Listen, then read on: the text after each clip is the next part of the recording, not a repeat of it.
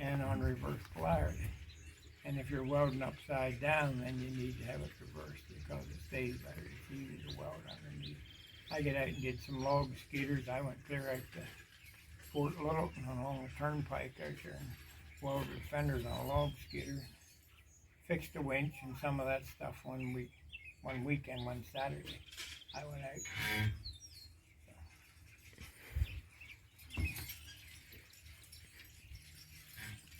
Do you remember some of the welding rods you used to use that, like their identification numbers are no longer used? 'Cause mostly it's just. I don't know what all if they got rid of the numbers or not. They always called it the ladies' rod, the 6013s, and the 7014s are just 6013s you can weld. I mean, that was a run-of-the-mill rod. Farmer used them and anything just because.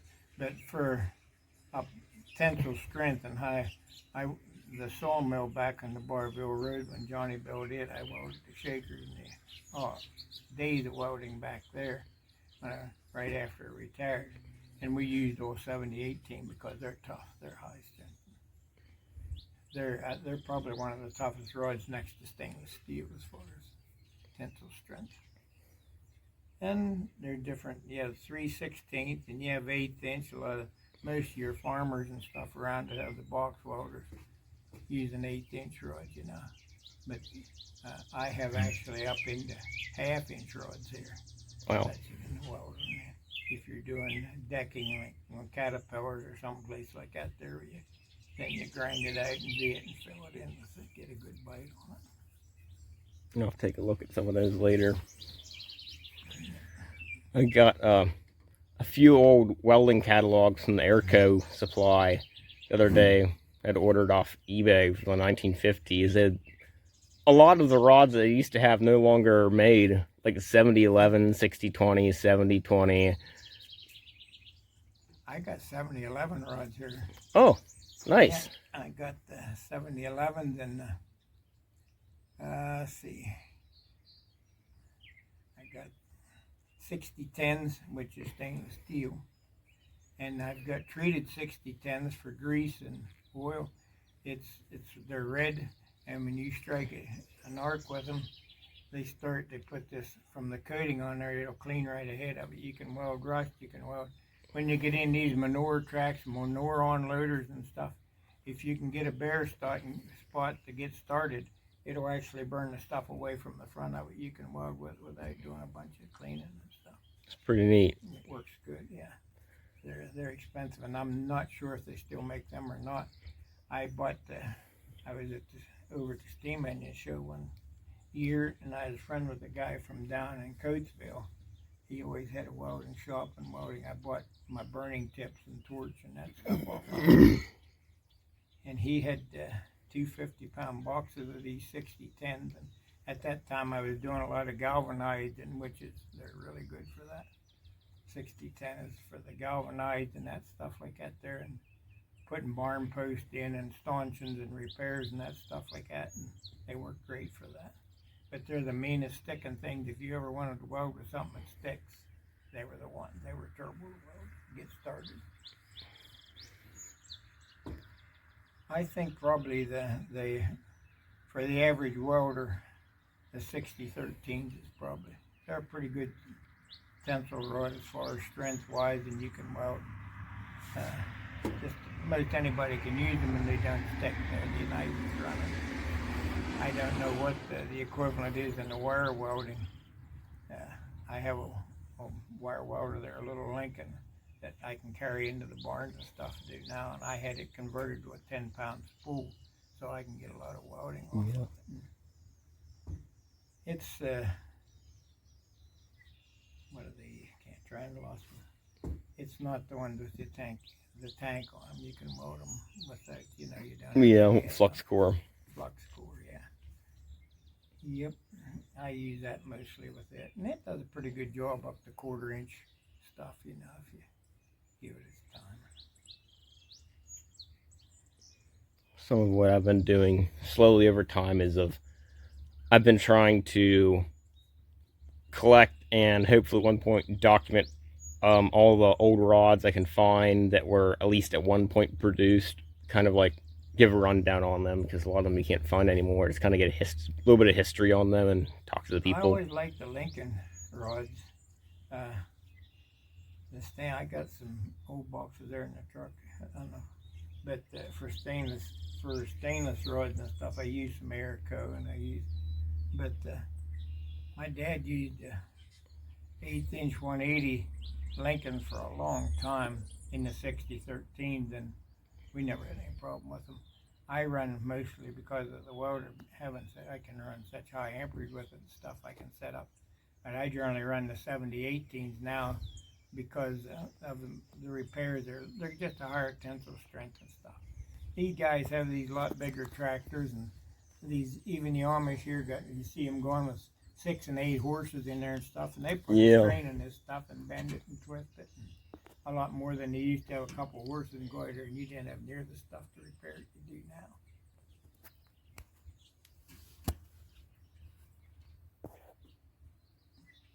I think probably the worst thing as far as welding and the smoke is either stainless steel or galvanized or turbo. If you ever weld any galvanized or anything, keep your head back out of it and wear a mask, because it'll put off a yellow smoke. It just about tears your throat. It'll choke you. If I do anything at all with galvanized, I try and get a good vent through it. When I helped with the MDS barn cleanups, when there were different guys lost their barns, and when they're taking these posts and stuff out, you try and burn them with a torch. It just rolls white and yellow smoke off. So I got a bunch of old rods here that I had, and set the welder up to about 400, and I can go around them just in twice as quick as you can with a torch, 3 times as quick. Go around them. The good thing about that is when they're filled with concrete, the torch would splatter and throw this concrete out. You go around them with that there welder set up like that, and it turns the concrete to powder. They'll just fall right over you. You don't have to hit them, knock them loose or anything. It worked good for cleanup. We used it down at Spiker's barn when they had fire that time across from the medical center. We used them, and they were just impressed with it. I was. And then different guys are going out of taking stanchions out and putting freestalls in, and you burn them old galvanized stanchions out, and they stink. And I don't care to do it, but somebody has to do it, so I did then.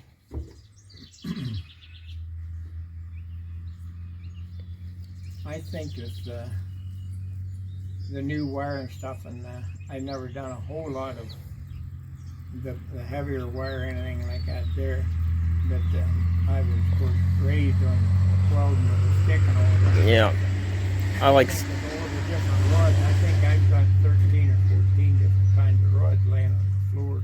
Different stainless steel and different cast iron, and the 6010s, the galvanized and the stainless and all of that stuff. And you don't have to change your spools and all of that. I can stick a rod in, turn the machine where it is, the settings for it.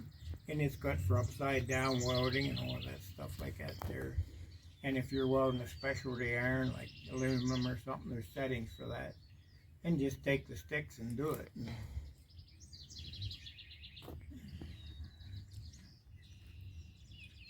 What do you use as far as your wire over there? It's a 045 flux core. It's 045 thickness, yeah. I like to do a lot of stick welding at home stuff. You have a box? It's a small little Miller welder. Gas powered No, I have a gas generator one, but it's got something wrong with it. It's only putting about half the amperage it should for setting. You start it up, you get it running, and it only puts out little sparks from the arc. Is it old? It's about 1995. It's not terribly old, but it's not real old.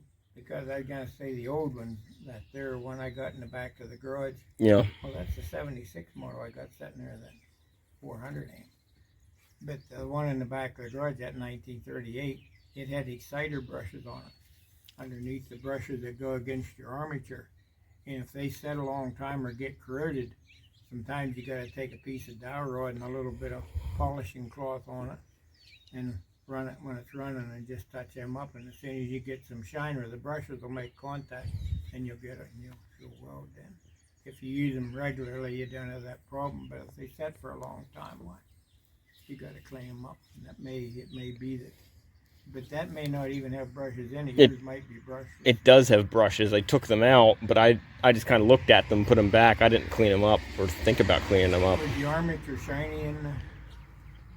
I'm not sure. The brushes went against it, because if they're not making good contact like that there, if it's not, and don't take anything coarse, it has to be real fine polishing cloth, the finest emery cloth you can get, or even, I don't like using stainless steel because you can get some dust and then it sticks to your magnetics and that stuff.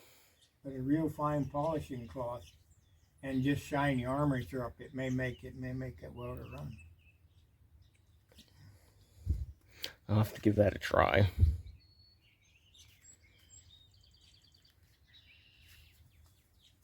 I have an 035, the wire welder. I put the 35 wire in it.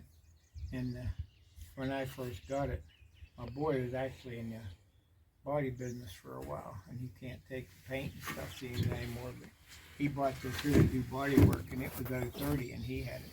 But I could get a little heavier wire and a heavier penetration with the 035. What was your first welder you got? I had an old Sears box welder. It's the one I showed you. Yeah. The bench. I bought it at a sale down actually your way, down in around Paintersville. I think that came from. And it's the one you couldn't turn the dials on it. You pulled the cords out and stuck them in wherever the number, if it said 80, 90, 100, it went up, and you just plugged them in and you changed your ground however you wanted it. That's the first. But as far as the machine welders I could actually take out and weld with, well, I got that Lincoln after my dad was retired, and I've used it, and I just, it's the Lincoln I have there now too.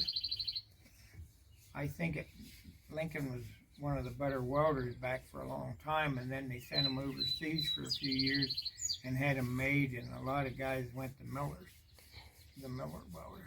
Now Lincoln's made back in the United States again, and I think they're back to being a good machine. But I've never had to buy too many other.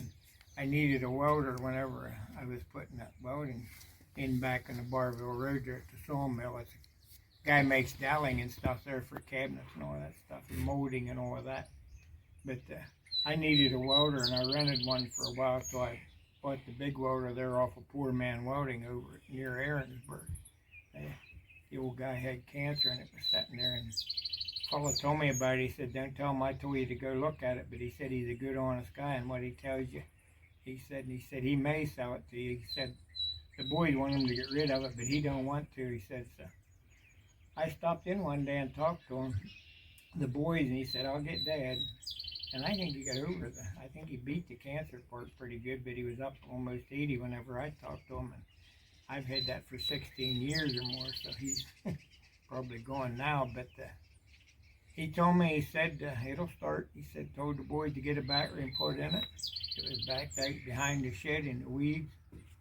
They got a battery, and he pulled the choke out on it, started it, and you never seen so many bees come out from under that hood. They had bee nest in there, and we ran back, and they went in and got a long piece of conduit to push the switch off so they could shut it off. He said, I'll spray it tonight after, and I told him I'd take it. And I told him, my dad, I had dads and it quit working. I was at Bree on them. He said, I think you're the guy that ought to have that welder, so he sold it to me. And they brought it over in a rollback and unloaded it down there, and I pulled it up the hill. It had a wagon tongue on it then. I put a different hitch for the ball and put fenders on it. It had no fenders on it. But he told me it'll start when it's hot or cold or any time, and he said it'll start easy, and it absolutely does, and don't use a drop of oil. I've used it all them years, and I've had it set and run for 8 hours in water lines and stuff. Shut her off and it'll start anytime. It's a good machine. That's good to know. Yep, it's good. I really, if you get a chance and weld with a good machine, when the governor, when you strike it, the governor opens and sets there and runs. You'll like the DC welding a whole lot better than you do with your ACs. It's just a different. It's just the penetration, the flow of it, everything. It's just a whole different welding with it. And I run. This is all DC. I have one. And even the tools I buy, I got to buy DC tools, AC DCs, and they're expensive. I mean, you go buy them. But I can plug into the back of that, it puts off DC current, and I have my grinders and drills, and my wire welder actually run off of it DC. So it's handy to have it and you can take out where you don't have electric and plug in and have your grinders and all that stuff. And that was before they had so many of these battery-powered stuff. I got some battery-powered grinders and some of that stuff now. Yeah. You don't have to run a cord for that. Yep, it's different things. The tools and everything like that are different, but you still got to get a good weld on Yep. where it's broke. That's the thing. Yeah, maybe someday I'll get something started up.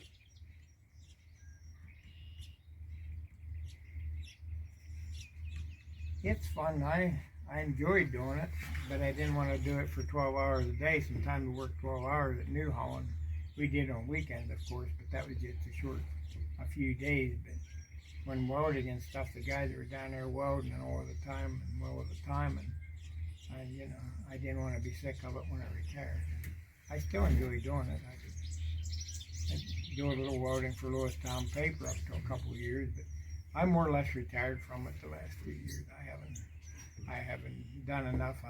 I died of a couple $100 worth of welding, and I used that much in gas and rods and all that stuff. Yeah. I just do it. I try to be a help to my neighbors here. Joe down there in the hill, the farm, a lot of times he'll bring a wagon tongue up, but they turned too short or broke a pin on it, the hitch pin off of it or something. I weld it. Just my neighbors here. I think Just do it. Sorry. I think welding's like really enjoyable to do. I like doing it. Make sure you stay out of the smoke. I mean, Yep. that's important because it will get you. I put 30 years in the foundry, and in the old foundry, when you couldn't see the guy across the aisle for smoke and dust. I feel very fortunate, but my dad was 81 when he died. He had kidney failure. It wasn't anything from that there. He had a bad hip, and he took too many ibuprofen over the years rather than going and getting the hip replacement. If he'd have done it, everything else, his lungs and all that stuff, the doctor told me, he said you had lungs in the heart of a horse, but he said wouldn't give you 2 cents for your kidneys. His kidneys killed him. But him and I both had coon hounds, and we used to go out after work and run all over these mountains and breathe the fresh air and chasing dogs, and I still believe that's why I have my lungs are good today. Well, that's good to know. But I always wear a respirator, and whenever you're around anything inside where it was cut, if you galvanized it, just if you ever done any of it at all, you know, it's terrible stuff. It's just yellow, and it'll just almost choke you. If I'm doing any amount of it in a barn or anything, you have both doors open up, you know, where it'll draw through and take the smoke away from you. Stay back when you're burning it. Do you use one of the automatic helmets, the auto darkening? I do. I have a couple of them there. I've tried to fix shade out a little, but not a lot. I'm gonna have to look and see what these stinking bees is. I don't know.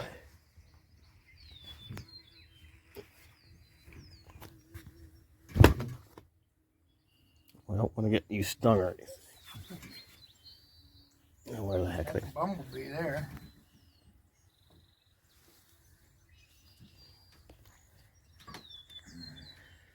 They're all over the place. I had a hummingbird feeder out there, and they were covered. And they're supposed to be bee-proof, the ones that they can't get into them. Yeah. They were crawling all around all over the thing. I don't know if they were getting anything out of it, but they were there, and I went out with a fly swatter and dusted a couple of them pretty good, and then that seemed to take care of it for a while.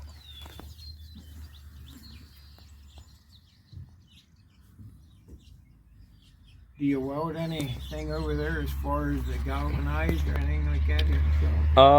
I haven't. It's just been mild carbon steel, I believe. It's probably harder than mild steel for being I-beam supports, but it's just been normal. Although, I don't know if this is just from potentially having a cold the other week or something. I don't know. My throat's been really sore, and over the past few days, I started getting like blood and stuff out of my nose. And yeah, that doesn't sound good. You know, it's important to step back out of the smoke. There's a lot of junk around too. I had bronchitis right after Christmas. I went into the doctor and she told me my lungs sound like a harmonica. I was wheezing so much, and there was a bunch of that junk around. My boy had it, and different ones. And so, but you stay out as much of the smoke as you can. It'll get you.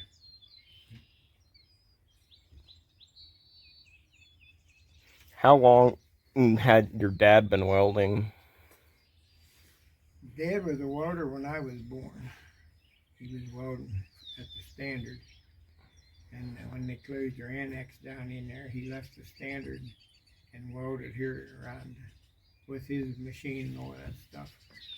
And just because when insurance got so expensive and stuff, then he went to work at Marlette, and he actually retired from Marlette Homes. He welded trailer frames for built. He built some trailers on the side here. I have one sitting out there that he built back in the 70s that I still haul all my firewood and everything on. And they had, of course, they had to come and inspect it before they give them license or anything for it. And they come and looked it all over, and the guy told me, he said it's probably a better trailer than what they're making down the road. So and it's good. It's never had any problem with it, and it's a good trailer. That's good. But my dad welded as long as I can remember, and that's what he retired from. He did some welding for J.M. Young whenever he was on his own, when they were putting new buildings up or putting dividers and stuff in. He did quite a bit of welding for them and stuff. Just whoever needed some welding, but he done quite a bit of cast iron too. That's tried to show as much as something cast iron, something that you can show somebody. But the best thing is just learning the experience. It is. I welded a bell, a schoolhouse bell. Kids got in it at a cabin over in Stone Valley here, near McAlevy's Fort. Kids get in and got the rope and was jerking and broke the side out of the bell. And it was a schoolhouse bell from over there at school, and Savannah said, there's a window business back here. Wonder if I go over and weld it. And if they take it down, it was a big bell. They took it down off the roof and set it. I told them you can't start and weld out there. You got to weld it, let it cool, cover it, and chip it off, and then start there and weld another, let it cool, go to the other side. I worked about 4 hours on it. It was a bigger, ground it out and stuff so you get a good bite on it. But we got it, put it back up. As far as I know, it's still, I see it when I go past still. That house that's on the real sharp curve there. That next place out, the little, like, it looked like an old schoolhouse at one time. The bell was up on top of the roof there. They got it on.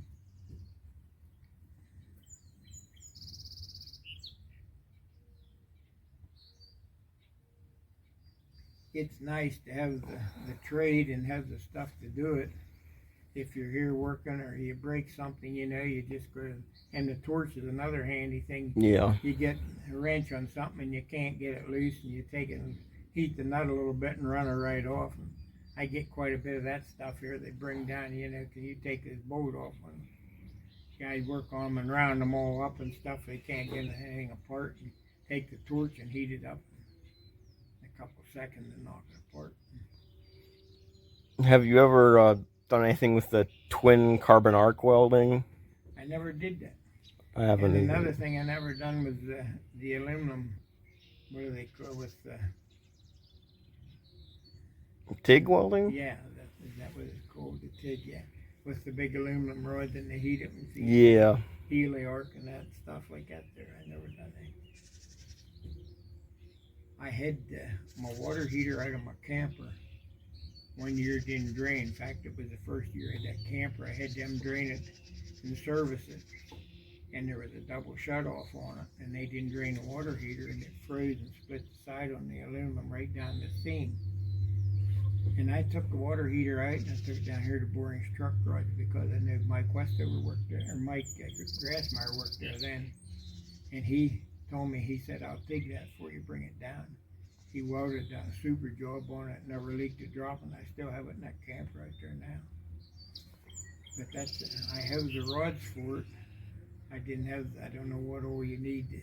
I never tried it. Yeah. I bought rods at a sale one time, and they were included in with it. A bunch of brazing rods. Did you ever do any brazing? Only a little bit. That's a treat too. And there's brazing, cast iron brazing rods. I got a few of them at a sale one time. My friend down at Coatesville, he said, here, I'll give you some of these. You try them. He said, the next time you do cast iron. Well, I had no luck getting anything to hold it. Brazing, but I guess there's a knack that people can do it that will. Different gifts, I guess. Yeah.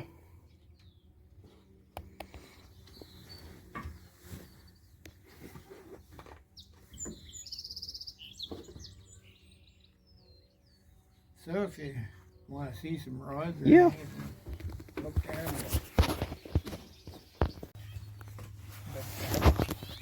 So what got you started into welding? My dad was a welder, and he had the welder at home when I was a kid. Whenever something would break, he'd say, I'll show you how to fix it, and then you'll know. So we had that old welder sitting there in the shed I showed you. He showed me how to weld and do different things. Cast iron is the biggest challenge as far as welding and getting it. It takes a lot of, you don't do it the first time and get it right. Yeah. It takes a lot of years to do it. And there's so many different kinds of cast iron.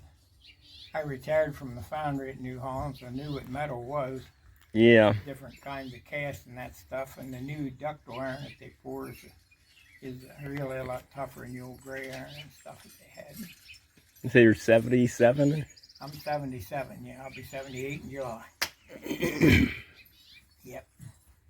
And when I retired, I thought I ought to have something else to do. I did a little bit before I retired, but up until 2 years ago, my wife got sick and I was here more at home, so I don't go out and do much anymore. I still get a few calls, but when you turn work down, then they find somebody else, and then the next time they get that person too, you know. But I still do some for the neighbors here, Yeah. but I don't go out much anymore. I used to do a lot of welding when I retired from New Holland. I had time to do it then, and so.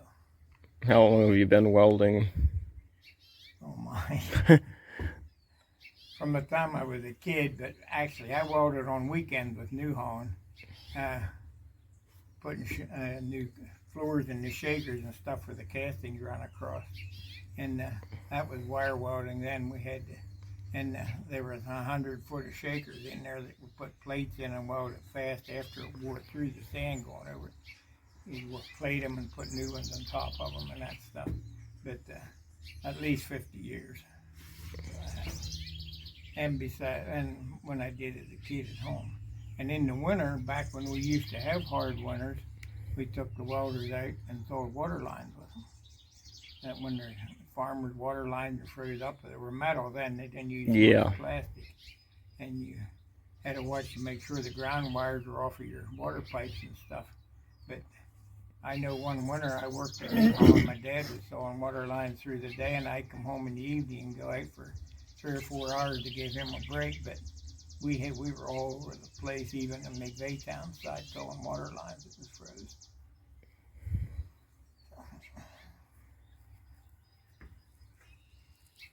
There's so many different kinds of talking cast iron. There's you have 55% nickel, and then you got 99% nickel, and then you've got what they call non-cast, which is non-machinable cast, and it's from the old, when they melted motor blocks and that stuff like that and poured the old gray cast iron. And This new cast iron and the duck iron I'm talking about, you can actually weld it with the stainless steel rods, and it does a good job. I didn't know that.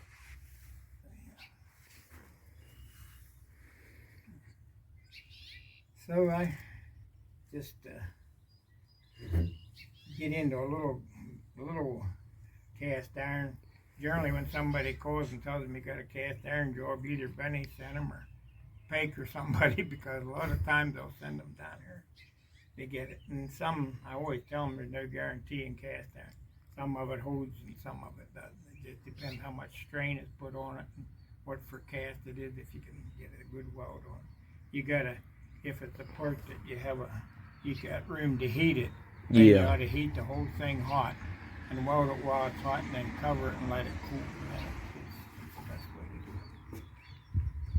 I done a spindle for a tractor back here at the mountain a couple of years ago, a John Deere tractor, and they took the whole spindle off, and I have a forge.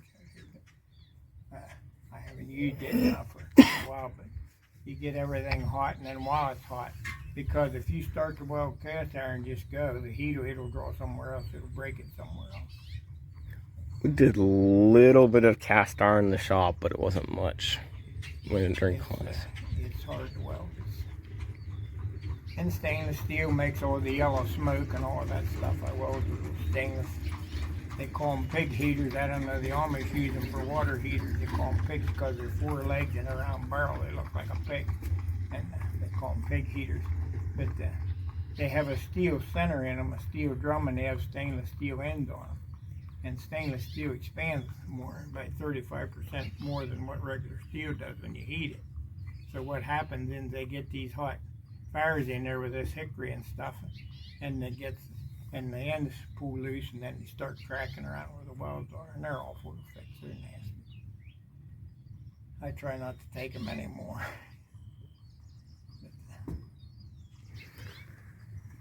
How many different places have you worked for, like jobs as welding, or have you always been mostly a mobile welder? I didn't even weld at New Holland, only on the weekends, because I didn't want to be tired of it when I retired. I wanted to do welding business. And on the weekends we welded with shaker. Like I said, I shoot from the shakers and that stuff. And sometimes outside work, if you're removing racks and stuff, you cut them apart and weld them back up, I-beams and that stuff like that. But I went to New Holland before I was married. I was just turned 18 years old. And I retired from there. So that's the only. I run a snack truck when I between school terms one time, serving hamburgers and stuff for Brother in Christ preacher here in Belleville, Roger Wooder.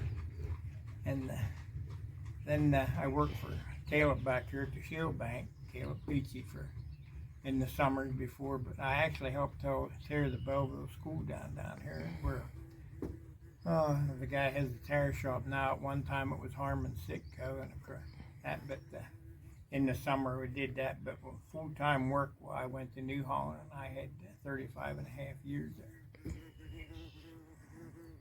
And I was very fortunate to be able to retire from that bee buggy. No, it's all right.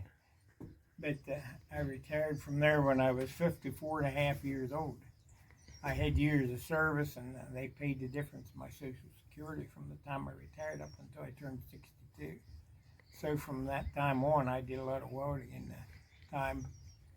I don't know how much it paid, because they take a great percentage of it whenever you get your taxes done, because if you're on Social Security, for every $2 you make, they take one back up until you're a certain age. I don't know if it was 70 or something like that, but